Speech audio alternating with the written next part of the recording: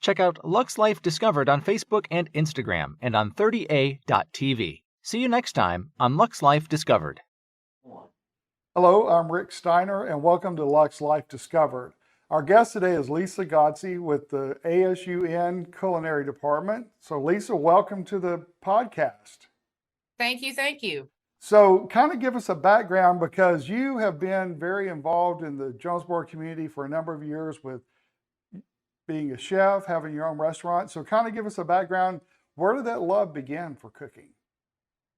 It actually started all with my dad. I remember on Sundays I would get with him, on a little stool next to him, and we'd make biscuits and gravy every Sunday. So that's where it started. Okay. And your dad has played a huge role for years. Yes. He's no longer with us, but he is with us in spirit, and Right. always will be.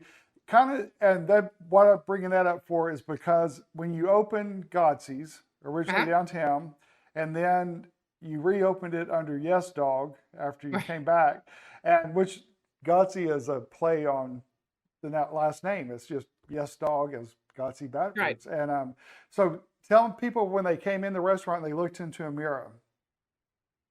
They did. I mean, Godsey's was just, it was a culmination of things. And it was, we had a couple of things before that. We had first started out, we moved to Jonesboro right after 9/11. Okay. And my first venture out was Godsey's Gourmet, which was a little gourmet shop. We did a lot of catering out of there. And then we opened up Church Street Station, which is down in the old courthouse. That's down. It's butted up now up next to St. Bernard's, the big St. Bernard's Right. Hospital. And then we had the opportunity to actually get down on Main Street. I'd forgotten about Godsey Gourmet. That was down across from the old Mercantile Bank. So yeah. Yes. Yeah. Yes. Isn't that bad? We can name the former place. I can't tell you what's there now, but I can tell you what used to be at all the places. So, but what I was saying about the Godsey building is that when you came back, you have the bar. Yes. And so when they came back and reopened under Yes Dog, you could look in the mirror, and of course Yes. it transposes a name to Godsey. Yes, it So does. it was pretty cool. How did that come about? Because you did some creative thinking there. Well, due to some unfortunate circumstances, which we won't go into, I was not allowed to use my last name in anything anymore, because we didn't want a big legal battle, even though it's my last name and nobody owns that but me.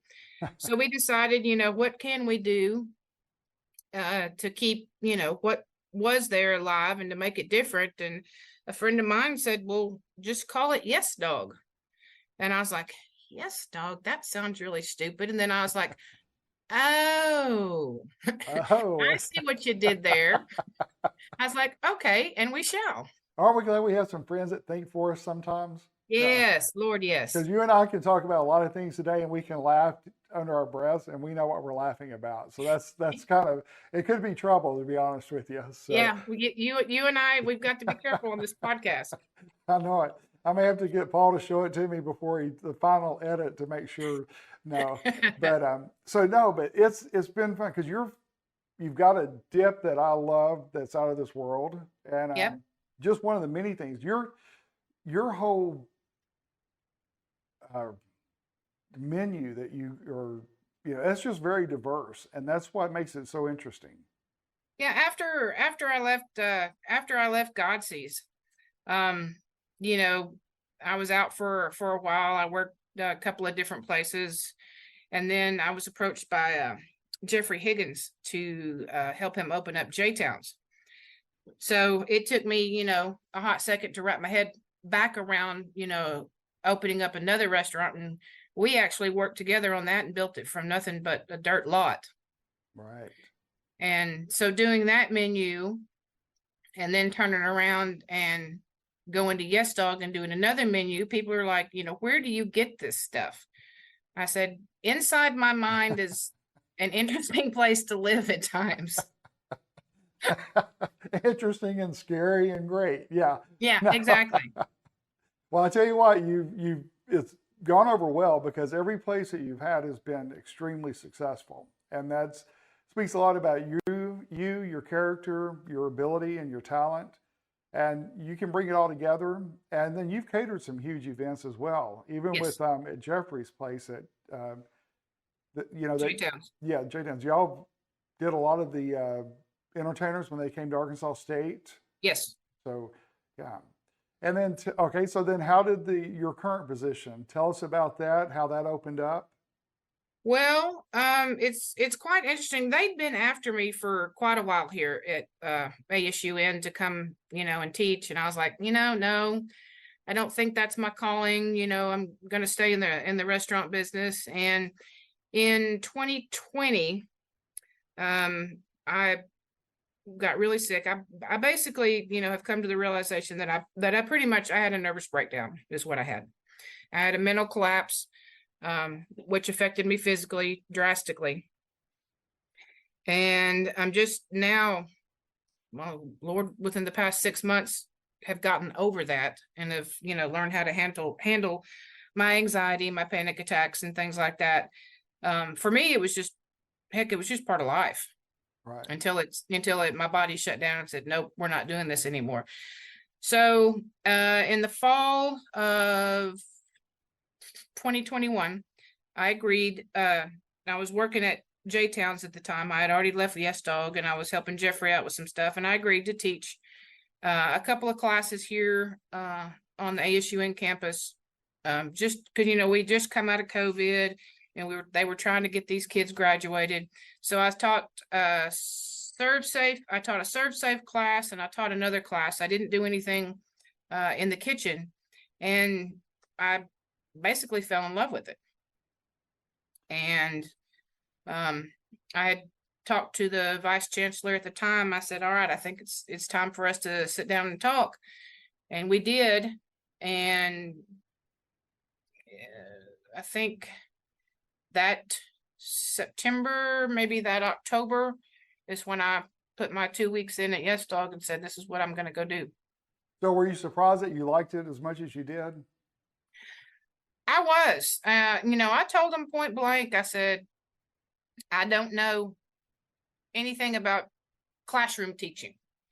I know how to teach my staff and I know how to, do all of that. But I said, I don't understand, I don't know anything about classroom teaching. And they said, well, don't worry, we'll guide you through all that. And well, I'm still perfecting my classes even now, and that'll just always continue. Just, something different will come along. I'm like, okay, I need to incorporate this, but I mean, I love it. I absolutely love it. Well, that hands-on experience is more valuable than any classroom teaching. And right. In fact, there's so many classes that are offered today that, it's just classroom applications and it's not really anything that they'll apply once they get their degree. So that to me would be a huge advantage to have someone like yourself who has the experience and who knows how to create dishes, how to not just, do a recipe. You kind of show that whole process. Well, it's a 4-month course that's 2 years. So when they get through with this course, they'll have their associate's degree in applied science with the emphasis on culinary arts. and basically what we do is we teach them how to open a restaurant, all the way from costing to, the menu planning, everything that goes into it, and we've added some new, kind of revamped the whole entire program. And this is the first semester that we've launched these new classes. And right now we're teaching a brand new one, which is called History of Food. And that's in the classroom. And it's starting to become one of my favorite classes to teach. Really? So how many students have gone through the program? How many do you have a semester? We had 5 graduate last year all the way. And it's kind of interesting the way that it runs. Every fall is when we take on a new cohort or the new group starts. Okay. We can only hold 12 students in our culinary kitchen. That's all we have room for right now. So every fall, it's kind of like a dual thing. So every fall we have Culinary 1 and Culinary 3 in the same classroom together. Okay. And so I have to base how many new students I can get in on how many are coming back for Culinary 3. Okay. You may not can answer this question, but have you had anybody that come through yet that's been like a total surprise, good or bad? Yes. Is that all you're going to say? Yes. I was afraid that would be it. Yes. Okay. Rick, Rick, we'll just start off with squash Satan and just leave it there. I love it. Paula and John, I have to tell you about that one in a little bit. But yes, I just got that visual in my head. So, Yeah. Okay, let's talk about the good. Who surprised you that, not name-wise, but Yeah. what was it that surprised you with somebody that pleased you? And I've had a couple that have really just, absolutely perked up, understood, and it's interesting. It's fun to watch them when the light bulb clicks on. right. Because this is not an easy course to go through. This is not home ec. There's no easy bake ovens in here, and this is rough. When they come back in August, it's hotter than heck in that kitchen. Yeah. And then, wintertime rolls around and we start freezing in there just because it's a kitchen. And they're just learning so much, and they have so many questions now.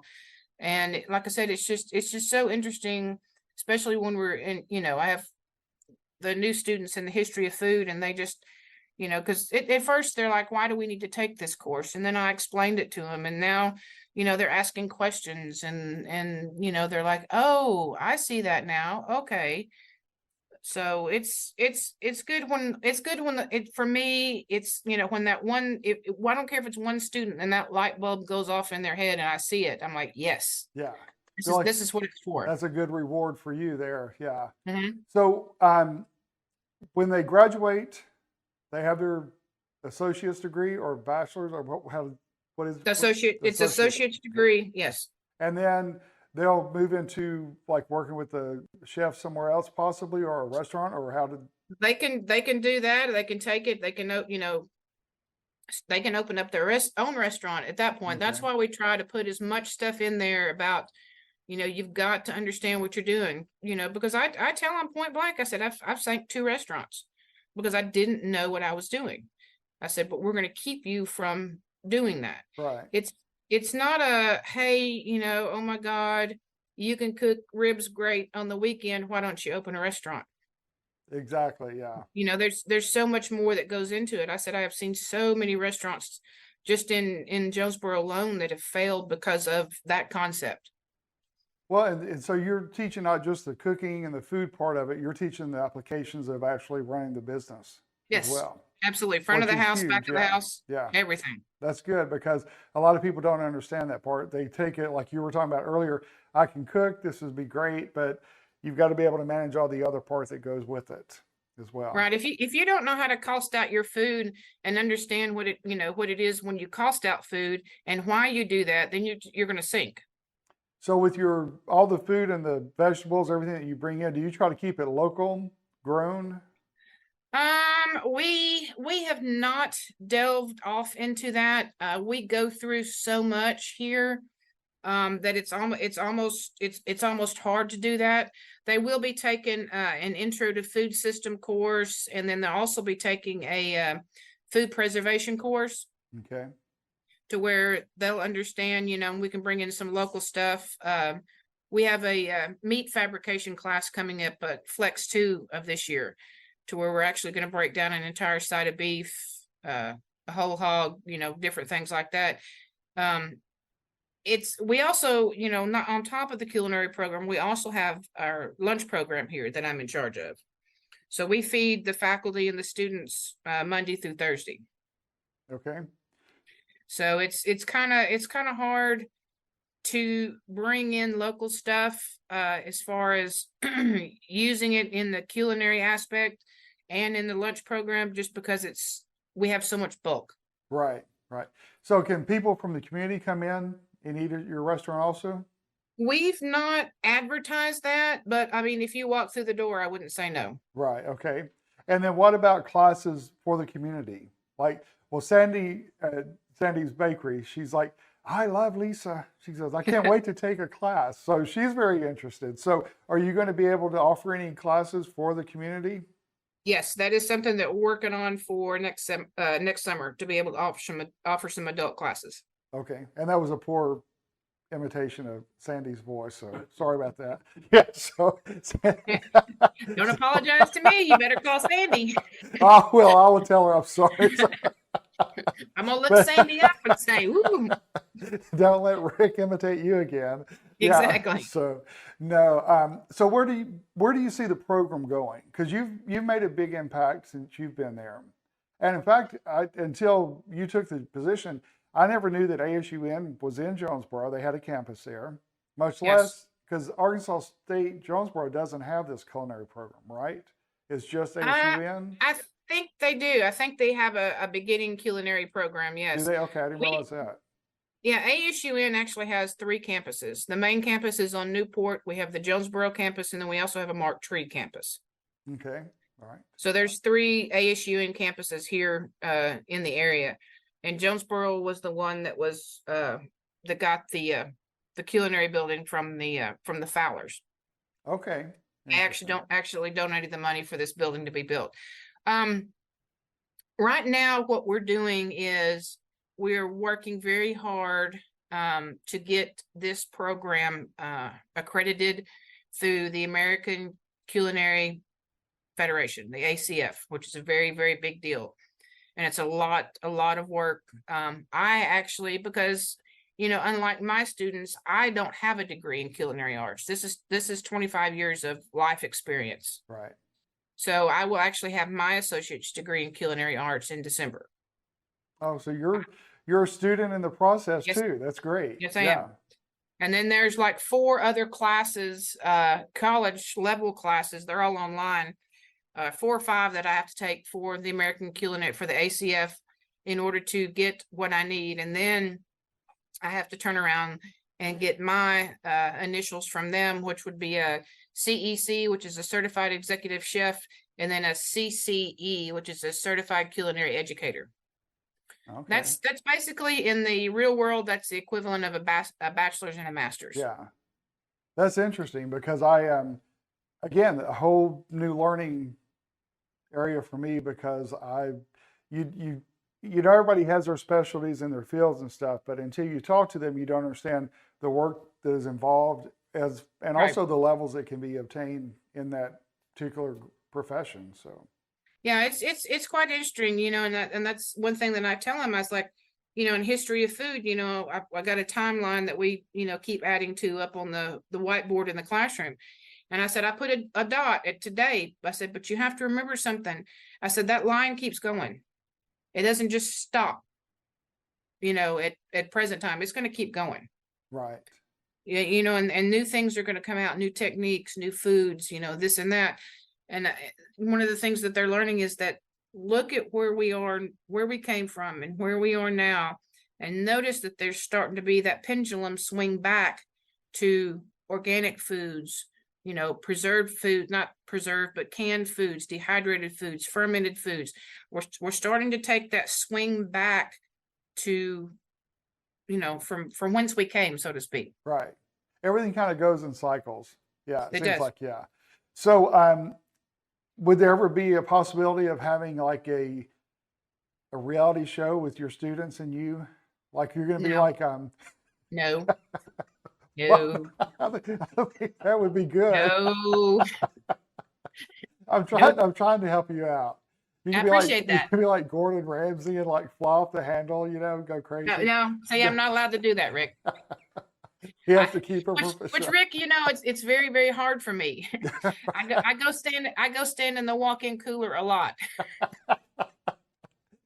Just kind of regroup and come back out and start all over. Yeah. Yeah. I just regroup and come back out. I'm like, when okay. You take somebody in the cooler with you, that's when they're in trouble. Yeah. And when they end up in the freezer, that's where we have problems. No, I think that what you're doing is great because I think you have found your passion. I mean, your passion has been obviously with the restaurants in the past, and cooking is Right. definitely the core of that. But I think it's great that you're able to share your expertise and your ability and your talent with other students and make them be better chefs. And Yeah, I never saw myself here until I got, in the middle of it. And, like I tell them, it's, you're never too late in life to switch it up a little bit. true. Well, I think life prepares us for what's ahead, and we Hmm. have to go through certain things to be able to achieve what we want. And so, Right. yeah. Well, good. So I can't wait till we get off the air and tell them about Squash Satan because I've got tears in my eyes from that because I wasn't expecting that. So that's good. You'll have to show them the video. Yeah, I'll have to. Not the one I did, but Yeah, the one you did. Yep. no, No. I think we've erased that one. So, but good. So your class then, what do you graduate just in May, or do you have like a December program that finishes, or is it always in the spring? They'll get 2 other certificates. So like Culinary, one that started now, they'll graduate with their technical certificate. I think it's a certificate of proficiency in December. Then in May, they'll graduate with their technical certificate. And then in 2 more semesters, they'll graduate with their associates. So the big graduations, the associate graduations, are always in May. Okay, well, good. And can the people join? You said mainly everybody starts in the fall. Can someone Yes. join in the spring, or is it still the No, fall? because we have a, you have to pass Culinary 1 and Serve Safe, get your Serve Safe certification and all that, and that always starts in the fall. Okay. Now, we are looking at the possibility of someday of being able to start in the fall and in the spring, but we would have to do a very big expansion here in order to make that happen. Well, and of course, that always goes back to money and funding and everything involved with that. So, I mean, our hopes, is that next fall we actually have a waiting list of students wanting to get in, and that would start justifying what we need. true. Yeah. Well, So good. So, what would be your like ideal situation with what you've already learned and what you would hope to accomplish there? I hope to be able to expand this. I started out as, the lead instructor here, and then just got promoted to the director of the entire program. So I'm hoping to have at least, 2 or 3 other instructors underneath me, and we are just rolling, students all the time to where we actually have, a wait list of, okay, maybe you can't get in the fall, but we can try to get you in the spring. Right. Would you want to recruit one of your students possibly to be an instructor, or would you rather the instructor come from outside? No, I have one that I would definitely bring back to be able to do that. And outside is fine too. We just have to, it's just trying to find the right person, because not everybody is built for this. True, yeah. Well, and also you could have your guest chefs come in, and Yes. that's where we could have the reality show. Good Lord. I mean, we're actually working with David Newman from Newman Farms up in Myrtle, Missouri, to possibly come in and help us out with the beef fabrication and flex too. So we do have guests that come in and who, we had a friend of mine, she lives in Little Rock, and she actually came in and showed us how to make macarons, because I sure as heck can't make those things, and it was baking class, and so she came in. She came in and showed us how to do those, and so we do have guests at times. It's just every semester goes by, we just build on the foundation that we have, that started, and we just keep building on it. Right. Well, you're doing a great job. You've already done a great job, but it's going to be exciting to see what you have ahead of you. And really, like I said, just getting the public to understand what valuable asset is right there in Jonesboro that most people don't even know. Absolutely. I So, mean, if anybody wanted to just come and take a look at what we do, I don't have a problem with that. I've given you my cell number. It's the easiest way to get a hold of me. Just have them text me or call me or whatever. And then that way we can just, have them walk through and just show them what it is that we're trying to do here. Okay, because a lot of that is seeing and yourself, for yourself and finding out, because you can tell people, but unless they see it, because Right. the day that you took me through, I was very impressed with everything that you have there. So it was eye-opening for sure. Good. So, well, good. Well, our time is up, but thank you so much for being on today. And You're welcome. Thank you. Well, good. So I we'll continue this after we go off the air here in a minute. But so this is our podcast for Lux Life Discovered. We're glad you joined us today, and we look forward to seeing you on the next podcast. You're listening to the Lux Life Discovered podcast, where we talk with people who are living a lifestyle that reflects their passion, because we believe everyone should be living their best life, their Lux Life. The show is hosted by Rick Steiner with Steiner Event Group, a premier national event planning company, and co-hosted by Shannon Richmond, the Vice President of the Panama City Beach Chamber of Commerce. If you are watching on YouTube, be sure to hit the subscribe button and the bell to get notifications of future episodes. The show is produced by 30A Media and is broadcast on your favorite podcast outlets, as well as YouTube, Roku TV, Amazon Fire TVs, and other major brand smart TVs.